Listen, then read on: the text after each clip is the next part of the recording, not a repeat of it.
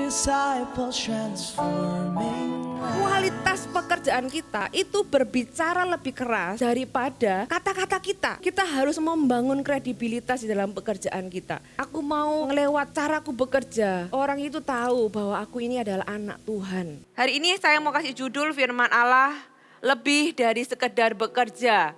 Mengapa saudara? Karena saya mau berbicara tentang pekerjaan. Kenapa ini penting? Karena pekerjaan kita adalah sesuatu yang mendominasi hidup kita, betul? Di hidup Anda dan saya, kita menghabiskan 30-40% waktu kita itu untuk bekerja. Ya, 20-30% waktu yang lain untuk tidur dan istirahat. Ya, 30% lainnya untuk perjalanan mungkin, apalagi kalau di Jakarta ya. Itu perjalanan dari rumah ke kantor itu bisa menghabiskan waktu berjam-jam, pulang pergi.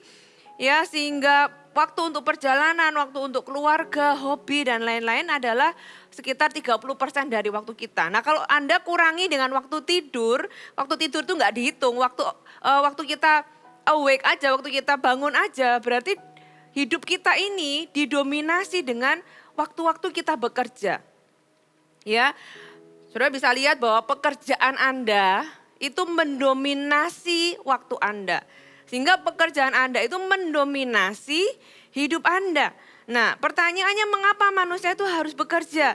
Dan kalau kita ini bekerja menghabiskan waktu sekian lama dan Anda berjerih lelah, Anda dapat apa? Ya, Salomo pernah mempertanyakan pertanyaan yang sama di Pengkhotbah pasal yang ketiga ayat ke-9 dikatakan, apakah untung pekerja dari yang dikerjakannya dengan berjerih payah? Saya percaya Salomo menulis ini bukan karena dia tidak tahu orang bekerja itu dapat uang. Tapi dia bertanya-tanya, untuk apa ya orang itu bekerja sedemikian rupa, menghabiskan waktu dan berjerih lelah, apakah hanya untuk uang, apakah itu atau ada sesuatu yang lain? Ya, di terjemahan yang lain, Alkitab versi yang lain dikatakan, apa untungnya pekerja dari kerja kerasnya? Apa yang sesungguhnya diperoleh orang untuk segala jerih payahnya? Apa? Ya, katakan di sini apa untungnya? Apa yang dia dapatkan? Saudara, ini adalah pertanyaan yang mungkin kita ini juga pernah tanyakan. Anda pulang ke rumah, sebenarnya aku kerja ini untuk apa sih? Saudara, beberapa orang itu menganggap pekerjaan adalah sesuatu bentuk hukuman. Makanya ada orang-orang yang berusaha, pokoknya aku kerja keras, aku pengen kalau bisa satu titik aku tuh gak kerja lagi. Gitu ya, seolah-olah kerja itu sesuatu yang kalau bisa secepat mungkin aku tuh gak kerja lagi. Saudara, pekerjaan bukanlah sesuatu yang Anda perlu hindari. Ya, karena pekerjaan itu bukanlah hukuman dari Tuhan. Banyak orang berkata, oh sejak manusia jatuh ke dalam dosa itu manusia dikutuk, makanya dia harus bekerja. No, itu salah. Firman Allah di Kejadian 3 ayat 17-19 dikatakan, lalu firman-Nya kepada manusia itu, karena engkau mendengar perkataan istrimu dan memakan dari buah pohon yang telah kuperintahkan kepadamu, jangan makan daripadanya, maka terkutuklah tanah. Ya, karena engkau dengan bersusah payah engkau akan mencari rezekimu dari tanah seumur hidupmu, semak duri dan rumput duri yang akan dihasilkannya bagimu dan tumbuh-tumbuhan di padang akan menjadi makananmu. Dengan berpeluh engkau akan mencari makananmu sampai engkau kembali menjadi tanah, karena dari situlah engkau diambil sebab engkau debu dan engkau akan kembali menjadi debu. Jadi firman Allah katakan yang dikutuk itu bukan Adam, yang dikutuk itu tanah. Ya, dikatakan nanti engkau akan bersusah payah dengan berpeluh. Jadi Tuhan gak pernah mengutuk manusia dengan memberikan dia pekerjaan. No, yang dikutuk itu tanah. Yang bedanya orang di dalam sebelum jatuh dalam dosa, manusia telah jatuh dalam dosa. Bedanya setelah manusia jatuh dalam dosa, orang lebih berpeluh ketika dia bekerja. Ya, tapi Tuhan menebus kita dari dosa dan semua hal yang ada di dalam konsekuensi dosa itu sebenarnya. Sehingga pekerjaan itu sendiri bukanlah sebuah hukuman, saudara. Kebenarannya pekerjaan itu dari awal manusia diciptakan sudah diberikan. Kejadian 2 ayat 15, Tuhan Allah mengambil manusia itu dan menempatkannya dalam Taman Eden untuk mengusahakan dan memelihara taman itu jauh sebelum Adam jatuh ke dalam dosa. Jadi pekerjaan adalah sebuah kepercayaan dari Tuhan sebenarnya kepada manusia. Memang manusia itu diciptakan untuk mengusahakan supaya ada orang yang mengusahakan. Itu sebuah kepercayaan dari Tuhan. Jadi bekerja itu memang pada awalnya adalah bagian dari rencana kehidupan untuk rencana Tuhan untuk kehidupan manusia. Saya ulangi, bekerja adalah bagian dari rencana Tuhan untuk kehidupan manusia. Ya, Tuhan sendiri adalah Tuhan yang bekerja setiap waktu. Kejadian 2 ayat yang pertama. Demikianlah diselesaikan langit dan bumi dan segala isinya. Ketika Allah pada hari ketujuh telah menyelesaikan pekerjaan. Jadi Tuhan melihat bahwa menciptakan langit dan bumi adalah pekerjaan. Tuhan menyelesaikan pekerjaan yang dibuatnya itu, berhentilah ia pada hari ketujuh dari segala pekerjaan. Allah kita adalah Allah yang bekerja. Ya, Yohanes 5 ayat 17 dikatakan, tetapi ia berkata kepada mereka, Yesus berkata, Bapakku bekerja sampai sekarang, maka aku pun bekerja juga. Saudara, Tuhan kita adalah Tuhan yang bekerja. Jadi bekerja bukanlah dosa atau upah dosa. Tapi karena nature Tuhan, sifat nature-nya Tuhan itu memang adalah pribadi yang bekerja. Makanya kita ini hidup bekerja, kenapa? Karena kita diciptakan serupa dan segambar dengan Allah. Allah yang bekerja, kita juga bekerja, saudara. Tapi sama seperti pertanyaan Salomo tadi ya, kita ini bekerja untuk apa sih? Apa untungnya orang bekerja? Kalau kita bekerja menghabiskan waktu sebagian besar hidup kita peroleh apa? Nah, Alkitab mengajarkan kita tujuan-tujuan dari bekerja. Supaya ketika Anda bekerja, orang itu kalau melakukan sesuatu tahu tujuannya, dia akan melakukannya dengan sebuah semangat yang lain daripada orang yang cuma melakukan sesuatu tanpa tahu tujuannya. Saya berdoa hari ini firman Allah memberikan Anda sebuah pewahyuan yang baru. Anda kembali ke tempat kerja Anda dengan sebuah tujuan yang jelas sehingga Anda mengerjakan pekerjaan Anda dengan antusias. Apa tujuan-tujuan dari pekerja? Di dalam tujuan itu juga ada berkat-berkat yang Tuhan sediakan. Ya, yang pertama, kita bekerja untuk memenuhi kebutuhan. Ini adalah alasan pertama orang bekerja. Supaya kita bisa makan, supaya kita bisa bertahan hidup, supaya kita bisa memenuhi kebutuhan. 2 Tesalonika 3 ayat yang ke-10. Sebab juga waktu kami berada di antara kamu, kami memberi peringatan kepada kamu. Jika seorang tidak mau bekerja, janganlah ia makan. Kami katakan ini karena kami mendengar bahwa ada orang-orang yang tidak tertib hidupnya dan tidak bekerja. Jadi ada orang-orang yang tidak bekerja, melainkan apa? Sibuk. Tidak bekerja tapi sibuk. Sibuk apa? Ada orang-orang yang sibuk dengan hal-hal yang tidak berguna. Orang-orang yang demikian kami peringati dan nasihati dalam Tuhan Yesus Kristus. Wow, ini sebuah kalimat yang sangat tajam dan dalam gitu ya. Peringati, nasihati dalam nama Tuhan Yesus supaya mereka tetap tenang melakukan pekerjaannya dan dengan demikian makan makanannya sendiri. Jadi kalau orang nggak kerja dia makan makanannya orang lain gitu ya. Saudara, Tuhan mau kita bekerja supaya apa? Supaya lewat di dalam pekerjaan itu Tuhan menyediakan berkat untuk kita bisa makan dan memenuhi kebutuhan kita. Amsal 12 ayat yang ke-11. Siapa mengerjakan tanahnya akan kenyang dengan makanan.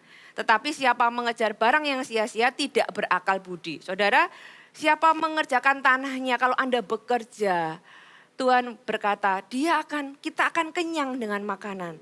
Ada berkat di dalam pekerjaan ketika kita bekerja. Tuhan menyediakan pemeliharaan ketika kita ini bekerja. Ya, tujuan yang pertama adalah memenuhi kebutuhan. Kebutuhan siapa yang kita perlu penuhi? Ada masanya kita ini belum bisa memenuhi kebutuhan diri sendiri ya. Waktu kita masih anak-anak, waktu kita masih belum bisa cari uang, masih remaja. Tapi kalau sudah besar, apalagi sudah menikah, saudara, kita harus memenuhi kebutuhan keluarga kita. Karena itu adalah tanggung jawab. 1 Timotius 5 ayat yang ke-8. Ada sebuah ayat yang cukup keras dari firman Tuhan dikatakan, tetapi jika seseorang tidak memelihara sanak saudaranya, apalagi seisi rumahnya, yaitu keluarga inti dulu gitu ya, kemudian sanak saudaranya, orang itu murtad dikatakan. Dan lebih buruk dari orang yang tidak beriman. Wow, saya baca ini bukan saya yang bilang ya, firman Tuhan yang bilang seperti ini. Jadi saudara ternyata memenuhi kebutuhan itu ada kaitannya dengan iman. Kalau orang tidak memenuhi kebutuhan keluarganya dikatakan lebih buruk daripada orang yang tidak beriman. Jadi ketika kita ini memenuhi kebutuhan, kita sedang mengekspresikan iman kita. Kita ini orang Kristen, kita tahu tanggung jawab kita. Yang pertama memenuhi kebutuhan. Memenuhi kebutuhan adalah tanggung jawab rohani. Bukan sekedar oh ya tanggung jawab secara peran dan sebagainya. No, dikatakan di sini kalau kita tidak melakukannya, kita dikatakan lebih buruk dari orang yang tidak beriman atau dikatakan orang murtad. Ketika kita bekerja dengan tujuan ini, berkat apa yang Anda peroleh? Ya, iman Anda akan bertumbuh. Loh, apa hubungannya? Bekerja, iman bertumbuh, bukannya bertumbuh itu lewat ibadah dan lain-lain. Ya, lewat firman Tuhan. Tapi ketika Anda bekerja, ya, Anda bekerja sehari 8 jam, belum perjalanan, belum lembur dan sebagainya. Apa hubungannya dengan iman? Ketika Anda bekerja, Anda sebenarnya mengerjakan iman Anda. Ya, Anda memenuhi kebutuhan lewat pekerjaan Anda. Sebagai orang yang beriman, lewat pekerjaan Anda percaya aku orang yang beriman. Aku percaya Tuhan akan memelihara aku melalui pekerjaan yang aku lakukan. Ya, Tuhan akan memelihara aku ketika aku bekerja. Tuhan akan mencukupi kebutuhanku dan keluargaku. Itu ekspresi dari iman loh saudara. Mungkin orang berpikir kadang-kadang dipisahkan, oh sekuler gitu ya. Oh ini iman itu kalau di gereja aja. No, pekerjaan Anda itu adalah ekspresi iman Anda. Karena ketika Anda bekerja untuk memenuhi kebutuhan, Anda disebut orang yang beriman. Apalagi berkatnya ketika Anda memenuhi kebutuhan, Anda akan jadi teladan untuk anak cucu Anda. Ya, mereka punya rasa aman, ada papa gitu ya, ada orang tua yang bekerja atau mama yang bekerja. Ya, mereka melihat bagaimana orang tuanya bekerja untuk memelihara keluarganya. Mereka melihat sebuah teladan, enggak cuma teladan. Anda bisa mengajari anak-anak Anda bagaimana bekerja, lika-liku bekerja, jatuh bangunnya gitu ya, jebakan-jebakannya. Dan itu akan memperlengkapi anak Anda. Luar biasa ya saudara, pernah Anda berpikir bahwa satu tujuan ini yang sepertinya orang berpikir itu sesuatu yang sederhana, yang ya semua orang melakukannya, tapi ternyata di dalamnya firman Allah mengajarkan itu sesuatu yang mulia. Bahkan itulah ekspresi iman Anda. Ya, yang kedua, apa tujuan dari bekerja? Mengekspresikan talenta atau keahlian. Bagaimana kalau kebutuhanku sudah terpenuhi? Apakah cukup untuk memenuhi kebutuhan aja? Tuhan mau Anda melakukan, memberikan kontribusi melalui talenta, melalui passion, melalui keahlian-keahlian yang Anda miliki ya. Nah tapi saya nggak mau 1 dan 2 ini dibalik. Ya 1 dan 2 jangan dibalik. Kadang ya puji Tuhan kalau ada orang-orang yang bisa sekaligus memang pekerjaannya itu cocok dengan kemampuannya, keahliannya, talentanya, passionnya gitu ya. Tapi jangan gara-gara mencari ideal harus sesuai gitu ya. Anda mengabaikan tujuan yang pertama. Anda kehilangan berkat yang pertama. Anda tetap dibilang orang yang tadi Alkitab sebutkan. Saudara, setelah Anda memenuhi kebutuhan, kalau bisa gitu ya. Tapi kalau itu adalah sebuah pilihan, jangan jadi idealis yang berkata bahwa oh aku ini gak sesuai, gak cocok. Sementara ada keluarga yang perlu dicukupi. Sementara Anda sendiri perlu memenuhi kebutuhan Anda sendiri gitu ya. Tapi gak kerja-kerja gara-gara wah harus mengekspresikan talenta. Enggak, ini 1 dan 2 sesuatu yang gak bisa dibalik. Tapi kalau bisa dua-duanya puji Tuhan ya. Tapi kalau 1 itu Anda sudah memenuhi kebutuhan, Anda merasa aku punya talenta sesuatu yang aku perlu salurkan. Saudara, Tuhan memanggil Anda lewat pekerjaan juga untuk mengekspresikan talenta. Tuhan memuji orang yang dikasih talenta sama Tuhan, dia menjalankannya. Tuhan mencela orang yang tidak mengembangkan apa yang dipercayakan kepadanya. Tuhan bilang dia ini orang yang jahat dan malas. Nah Alkitab ini berisi banyak prinsip sukses saudara. Prinsip-prinsip yang bisa memperlengkapi bisnis dan karir Anda. Tugas kami gembala adalah mendoakan Anda supaya Anda sukses di pekerjaan Anda gitu ya. Karena saya percaya itulah kehendak Tuhan. Di 1 Petrus pasal yang keempat ayat yang ke-10 dikatakan layanilah seorang akan yang lain sesuai dengan karunia yang diperoleh tiap-tiap orang sebagai pengurus yang baik. Garis bawahi kata pengurus yang baik. Jadi di dalam kehidupan Anda tuh talenta Anda itu dipercayakan. Anda bisa nggak jadi pengurus yang baik dari kasih karunia Allah. Ya Tuhan mau Anda dan saya bekerja untuk mengekspresikan apa yang Tuhan sudah percayakan di dalam diri Anda dan diri saya. Nah setiap orang punya talenta yang berbeda-beda. Kenapa setiap orang itu beda-beda ya supaya semua pekerjaan dapat diselesaikan dengan baik. Bayangkan kalau semua orang itu sukanya marketing atau memang passionnya marketing, siapa yang mengerjakan administrasi gitu kan. Bayangkan kalau semuanya administrasi, siapa yang mau jualan kan gitu kan. Semuanya punya bagian masing-masing. Jadi apresiasilah perbedaan Anda karena tanpa mereka pekerjaan itu nggak akan selesai gitu ya. Ada yang suka angka, ada yang nggak suka angka. Ada yang suka dimensi, ada yang nggak suka dimensi gitu ya. Ada yang suka kata-kata, ada yang kurang dengan kata-kata. Jadi setiap orang punya masing-masing dan semuanya itu untuk menyelesaikan. Untuk dapat satu sama lain saling melengkapi ya. Kalau Anda melihat tayangan ini bersama teman Anda yang berbeda dengan Anda pastinya punya perbedaan. Katakan thank you for not being like me. Terima kasih karena kamu tuh gak sama aku gitu ya. Supaya kita tuh saling melengkapi. Nah saudara, menurut survei ada 2/3 orang. Jadi 2 dari 3 orang bekerja itu berharap memiliki pekerjaan yang lain. Kenapa? Alasannya karena gak puas. Yang kedua karena merasa pekerjaan itu gak tepat. Saudara kalau Anda bisa bekerja sesuai dengan talenta Anda, sesuai dengan kemampuan Anda, berkat apa yang Anda peroleh. Ya, yang pertama Anda akan mengalami kepuasan dalam bekerja. Ada sesuatu kepuasan yang Anda akan rasakan gitu ya, kayak pas gitu ya, kayak klik gitu, kayak sesuatu yang puas. Anda berbuah dalam pekerjaan Anda. Anda menikmati karena itu sesuatu yang memang Anda suka lakukan. Anda menikmati dan Anda menguasai pekerjaan Anda. Itu sebuah kepuasan jiwa yang memang Tuhan ciptakan di dalam talenta-talenta yang Tuhan percayakan di dalam kehidupan Anda. Ya. Dan ketika kita bekerja, kita mencapai sesuatu, Anda merasa puas, it's okay loh kalau Anda itu bisa bangga dengan diri sendiri. Wah, well done gitu ya. Ya, it's okay selama kita nggak membandingkan diri. Galatia 6 ayat yang keempat dikatakan, baiklah tiap-tiap orang menguji pekerjaannya sendiri, maka ia boleh bermegah melihat keadaannya sendiri dan bukan melihat keadaan orang lain.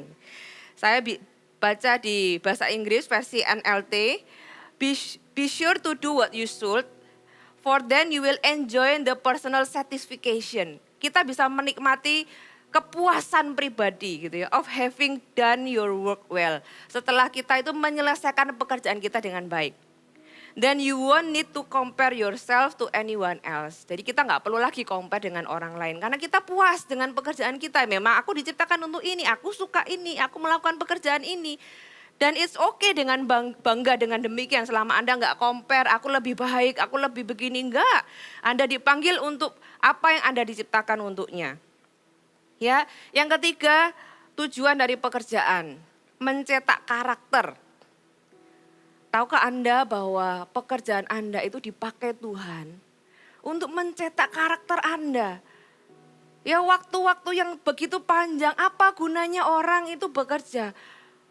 Tuhan berkata bahwa lewat pekerjaanmu salah satu berkatnya adalah Anda dicetak karakternya, dibentuk karakternya. Tuhan menggunakan pekerjaan dan lingkungan pekerjaan Anda itu untuk membangun karakter Anda ya. Dunia pekerjaan adalah tempat di mana Anda dilatih, Anda diuji dalam karakter. Ketika Anda punya atasan yang tidak menyenangkan mungkin, atau lingkungan kerja yang tidak sesuai yang Anda harapkan, disitulah Tuhan itu membentuk Anda, mencetak karakter Anda.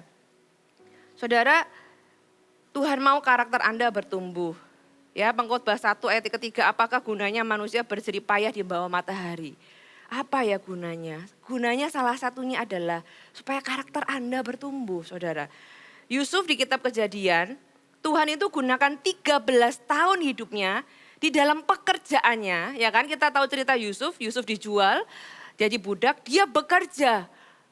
Dia bekerja di rumah Potifar sekian lama, ya kan? Dia bekerja lagi di penjara karena dia dipercayakan oleh kepala penjara. Dia bekerja selama 13 tahun dan Tuhan gunakan masa-masa itu untuk mengembangkan karakternya sampai mimpi itu digenapi pada waktunya. Mazmur 105 ayat 19.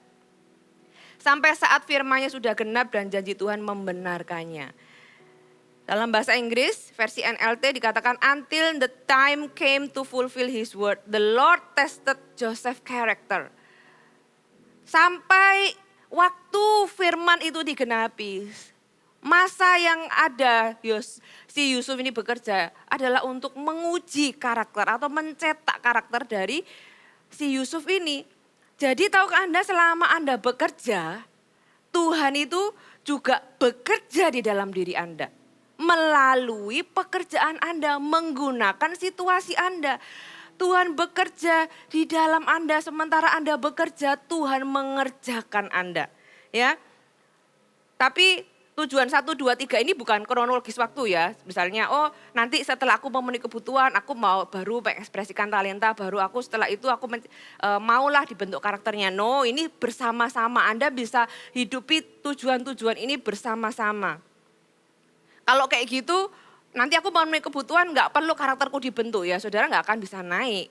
Gitu kan, karena karakter adalah salah satu yang membuat orang itu semakin dipercaya. Berkat apa dari karakter yang bertumbuh ketika Anda mau dibentuk, ketika Anda mau bertumbuh melalui situasi-situasi yang tidak menyenangkan. Mungkin Anda bertanya, apa gunanya kalau karakterku bertumbuh? Apa gunanya kalau karakterku ini semakin lebih baik? Saudara, Anda akan semakin dewasa. Buahnya adalah kedewasaan. Hubungan keluarga akan semakin baik. Kenapa? Karena semakin dewasa, orang itu cara menyelesaikan konflik juga akan beda. Ya, semakin hubunganmu dalam keluarga baik, Anda akan lebih maksimal di dalam pekerjaan. Ya, gak kepikiran yang di rumah, gak kepikiran konflik lagi. Anda bisa maksimal, semakin Anda maksimal di pekerjaan Anda semakin dipercaya lebih. Sudah bisa bayangkan itu seperti bola salju. Semakin Anda dewasa, kepercayaan juga semakin bertambah. Jadi izinkan Tuhan mencetak karakter Anda lewat pekerjaan Anda. Ya, hal terpenting yang Anda bawa pulang ke rumah ketika Anda pulang kerja itu bukan sekedar gaji, bukan sekedar pendapatan, bukan sekedar uang. Tapi diri Anda yang semakin diubahkan, yang semakin dewasa. Amin. Yang keempat, membangun kredibilitas. Apa itu kredibilitas? Saya nggak sebut reputasi karena di dalam kredibilitasnya ini salah satunya adalah reputasi. Kredibilitas adalah sebuah kemampuan, kualitas, dan kekuatan yang dapat menciptakan kepercayaan dari orang lain. Ya, dibangunnya dari mana? Karakter, integritas, reputasi, kualitas, manajemen, komunikasi Anda membangun itu supaya Anda punya kredibilitas.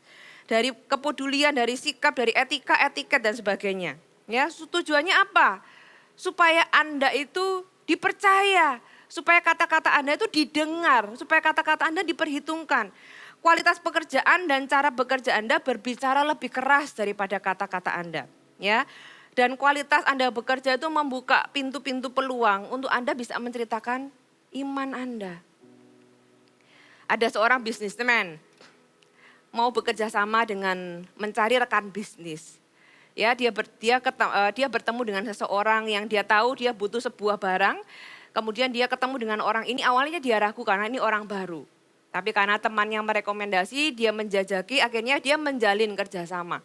Gitu ya, setelah dia jalin kerjasama, dia heran. Orang ini ya kerjanya bagus, on time, gak pernah telat. Ya kan, detail, sampai ngurusin hal-hal yang bahkan lebih dari apa yang dia harapkan. Sampai bisnismen ini heran. Aku heran kok kamu tuh bisa sebagus ini gitu ya.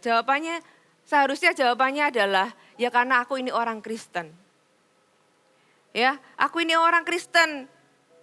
Karena aku ini menghidupi pekerjaanku ini karena aku ini menghidupi apa yang aku percayai tentang siapa Tuhanku. Saudara, ketika kita bisa berbicara seperti itu, ya akhirnya orang rekan bisnis ini sampai bisa mengundang si bisnismen ini untuk terima Yesus. Luar biasa saudara.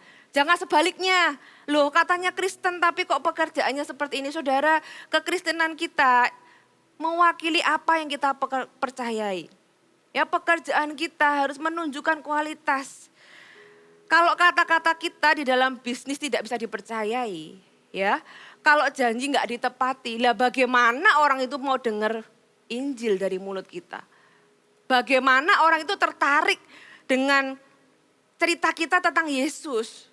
Orang janji aja nggak ditepati. Saudara, kita harus membangun kredibilitas di dalam pekerjaan kita. Supaya apa? Supaya kita ini bisa jadi saksi. Karena apa?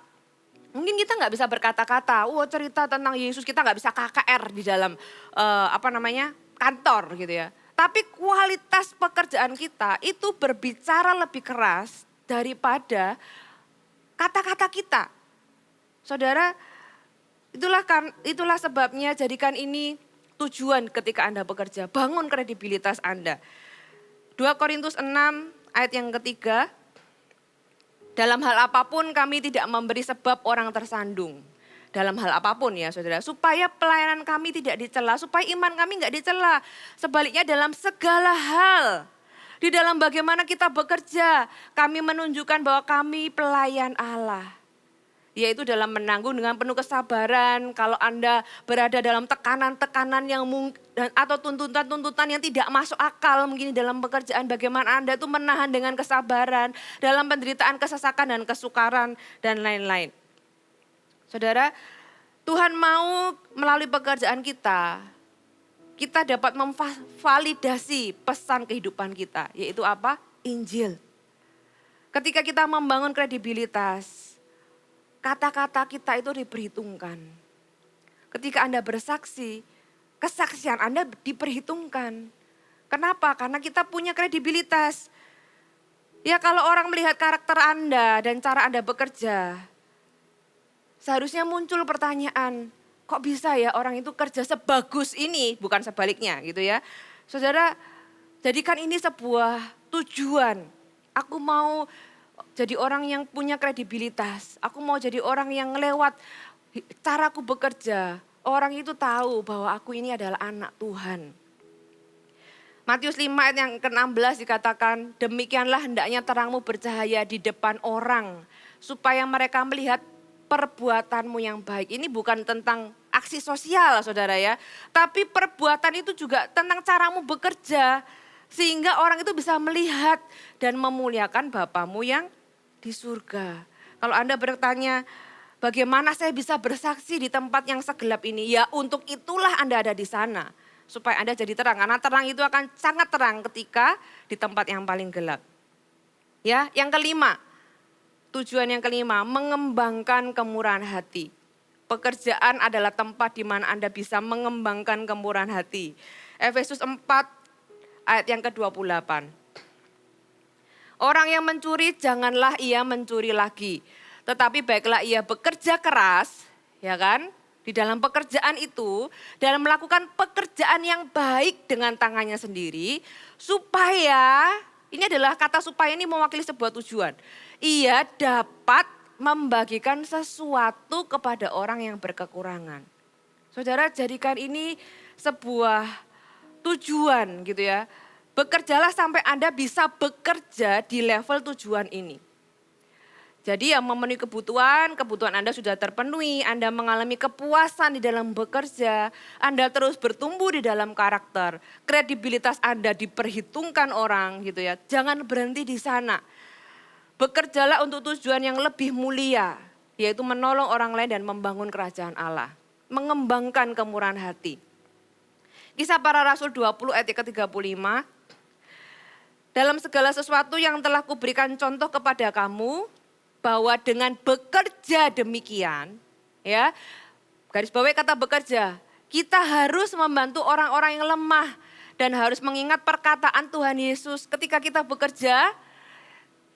Dikatakan di sini kita harus mengingat perkataan Tuhan Yesus sebab Ia sendiri telah mengatakan adalah lebih berbahagia memberi daripada menerima. Kalau sebelumnya Anda bekerja untuk menerima, targetkan untuk Anda bekerja untuk memberi. Kenapa? Perhatikan kata lebih. Berarti di situ ada yang lebih tinggi, ada yang lebih besar. Menerima itu bahagia. Yes, siapa yang gak suka menerima? Menerima gaji, menerima bonus, menerima hadiah, menerima pemberian. Saya juga senang. Gitu ya, mana ada orang yang gak senang menerima kecuali menerima pukulan gitu ya. Enggak, ini kan menerima sesuatu yang baik. Ya kan? Dan tidak ada yang salah dengan bahagia dengan menerima. Tapi firman Tuhan bilang ada yang lebih membahagiakan dari menerima, yaitu memberi. Tuhan itu tidak anti kesuksesan. Tuhan itu tidak anti kekayaan. Tapi Tuhan itu anti yang namanya egois dan ketamakan. Beberapa orang di dalam Alkitab ada orang-orang yang Tuhan tulis itu sangat kaya. Abraham contohnya, sudah bisa baca di Alkitab. Abraham itu di akhir hidupnya, di masa tuanya Tuhan katakan dia orang yang sangat kaya dan berlimpah-limpah. Ayub dikatakan bukan cuma kaya, paling kaya dari seluruh wilayah itu gitu ya. Daud, siapa lagi? Lydia, Yohana, Susana, siapa itu? Mungkin nama-nama itu jarang Anda dengar. Lukas 8 ayat ketiga.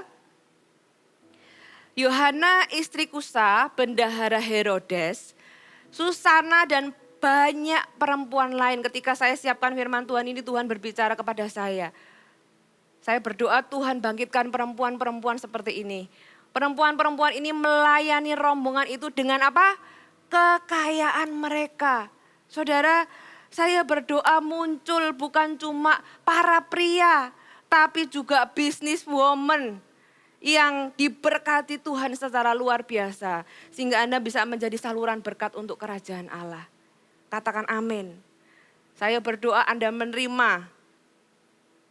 Tuhan itu cari saluran di mana dia bisa berkati orang sehingga dia bisa jadi saluran untuk jadi berkat buat orang lain. Kejadian 12 ayat 2.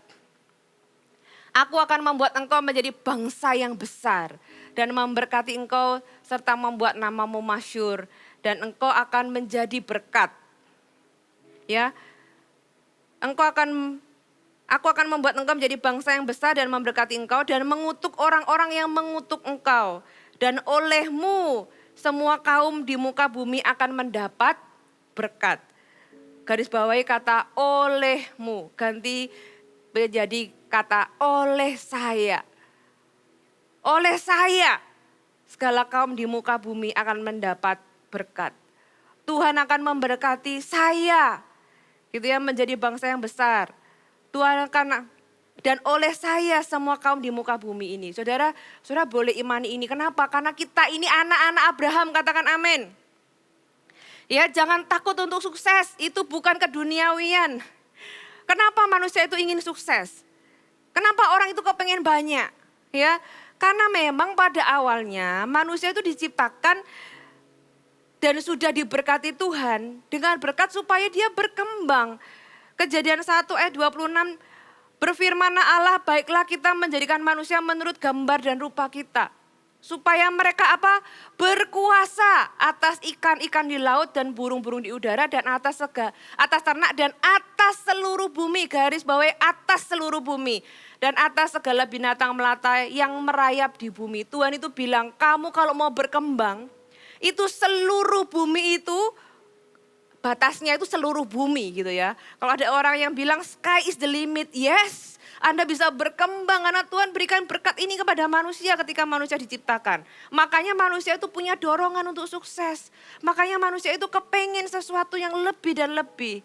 Gak ada yang salah dengan sukses, itu bukan keduniawian. Jangan takut sukses. Yang menjadikan itu salah adalah ketika kesuksesan itu dijadikan tujuan akhir. Semua itu baik jika kesuksesan itu sebagai jalan atau Anda pakai itu untuk tujuan yang sesungguhnya. Ya, Anda menjadi berkat bagi orang lain dan melalui kesuksesan Anda, kerajaan Allah semakin berkembang. Lewat kredibilitas Anda, orang bisa melihat Kristus melalui pekerjaan Anda, melalui kata-kata Anda yang bisa dipercayai. Gitu ya, lewat keuangan Anda, orang lain bisa mengalami kasih Tuhan. Lewat kekayaan Anda, Injil bisa sampai ke tempat-tempat yang tidak bisa terjangkau. Hari ini Puji Tuhan lewat pelayanan media, Injil bisa sampai ke tempat-tempat yang mungkin orang gak bisa sampai ke sana. Lewat posisi Anda, pintu-pintu bisa terbuka untuk Injil. Saudara, targetkan ini menjadi tujuan di dalam pekerjaan Anda. Aku mau bekerja untuk tujuan yang satu ini. Apa berkat dari mengembangkan kemurahan hati? Anda akan mengalami sebuah kebahagiaan yang lebih tentunya. Tadi saya jelaskan, ketika kita memberi kita punya kebahagiaan yang lebih dari menerima. Menerima bahagia, memberi lebih bahagia, kata firman Tuhan. Dan Anda akan membangkitkan, melimpahkan ucapan syukur kepada Allah. Kita buka sama-sama di 2 Korintus 9 ayat yang ke-13 sampai ayat yang ke-14. Mulai ayat yang ke-12. Sebab pelayanan kasih yang berisi pemberian ini bukan hanya mencukupkan keperluan-keperluan orang yang kudus, tetapi juga melimpahkan syukur kepada Allah. Jadi ada yang namanya pelayanan kasih berisi pemberian untuk mencukupkan keperluan orang-orang kudus. Hal ini apa? Melimpahkan ucapan syukur. Ada orang-orang yang Tuhan thank you. Tuhan kirim orang-orang yang mencukupkan keperluan. Orang-orang itu akhirnya mengucap syukur. Ada ucapan syukur yang naik karena pemberian itu. Dan oleh sebab kamu telah tahan uji dalam pelayanan itu, mereka memuliakan Allah. Tuhan dimuliakan lewat pemberian itu karena ketaatan kamu dalam mengakuan akan Injil Kristus dan karena kemurahan hatimu dalam membagikan segala sesuatu dengan mereka dan dengan semua orang. Saudara perhatikan, sedangkan di dalam doa mereka, jadi ketika Anda memberi, tahu enggak balasannya apa? Mungkin mereka enggak bisa balas, tapi mereka mendoakan Anda. Dan tahu enggak kenapa Anda semakin berkati? Karena mereka yang Anda berkati itu mendoakan Anda. Saudara, Anda gak akan pernah kekurangan ketika Anda memberi. Orang yang Anda beri mendoakan Anda, doa mereka didengar Tuhan, Anda semakin diberkati. Saudara, mari kita hidup punya tujuan-tujuan yang mulia ketika kita bekerja. Kita gak lagi bekerja hanya untuk satu memenuhi kebutuhan, which is itu sesuatu yang baik dan berkenan. Tapi juga milikilah tujuan-tujuan lain yang juga mulia dan hiduplah untuk. Saya percaya pekerjaan Anda itu akan membuat Anda fulfill. Bayangkan saudara, kalau Anda itu hidup ya 40 kalau kita awake, kita bangun ya 60% waktu kita itu untuk bekerja dan Anda tuh enggak tahu tujuan bekerja itu apa dan Anda enggak tahu bahwa di dalam pekerjaan itu Tuhan sediakan banyak berkat. Saudara, betapa sia-sianya ya kehilangan waktu sekian banyak tanpa mendapatkan apa yang kita bisa dapatkan. Saya berdoa firman Allah ini memberkati Anda dan memberikan Anda sebuah antusiasme untuk Anda sungguh-sungguh di dalam bekerja. Yang terakhir saya mau jelaskan jebakan atau penghambat orang yang kenapa orang itu nggak bisa hidup di dalam tujuan-tujuan ini.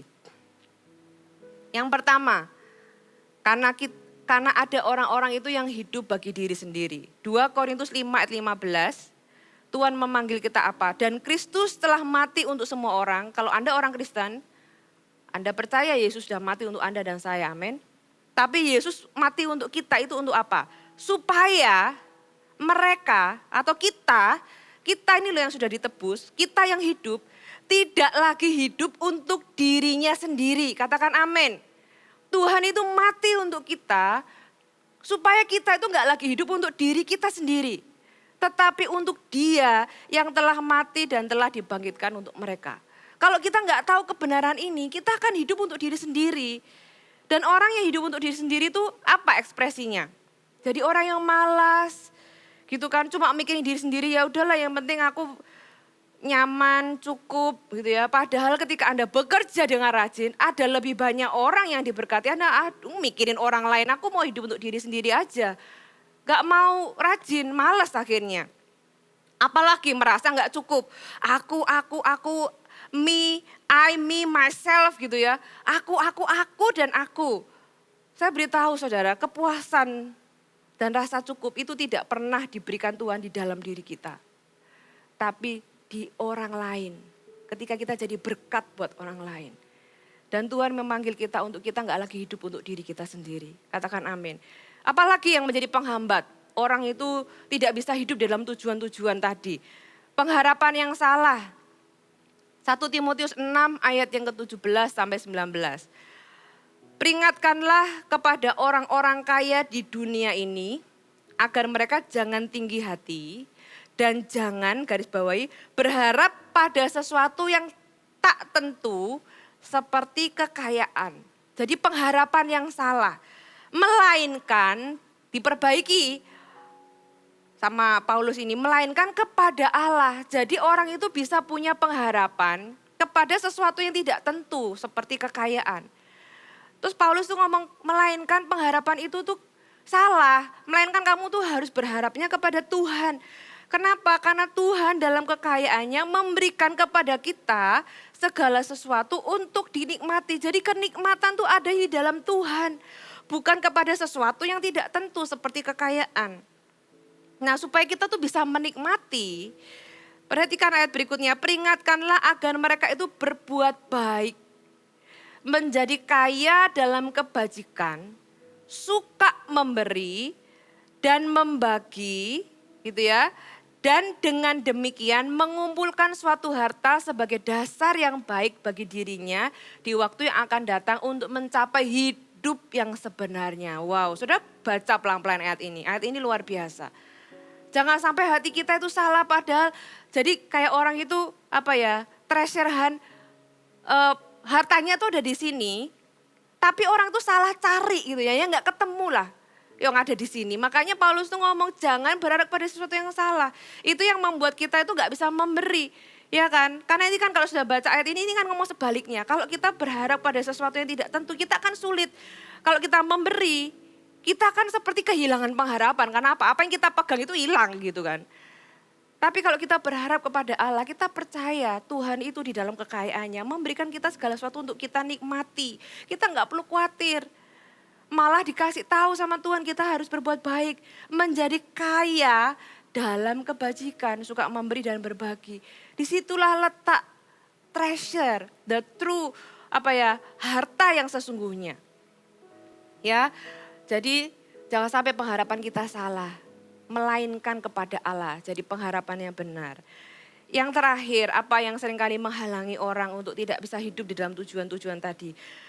Ketidaktaatan. Ya, kita buka lagi di 2 Korintus 9 ayat yang ke-12 sampai 14 tadi yang kita sudah baca sebelumnya.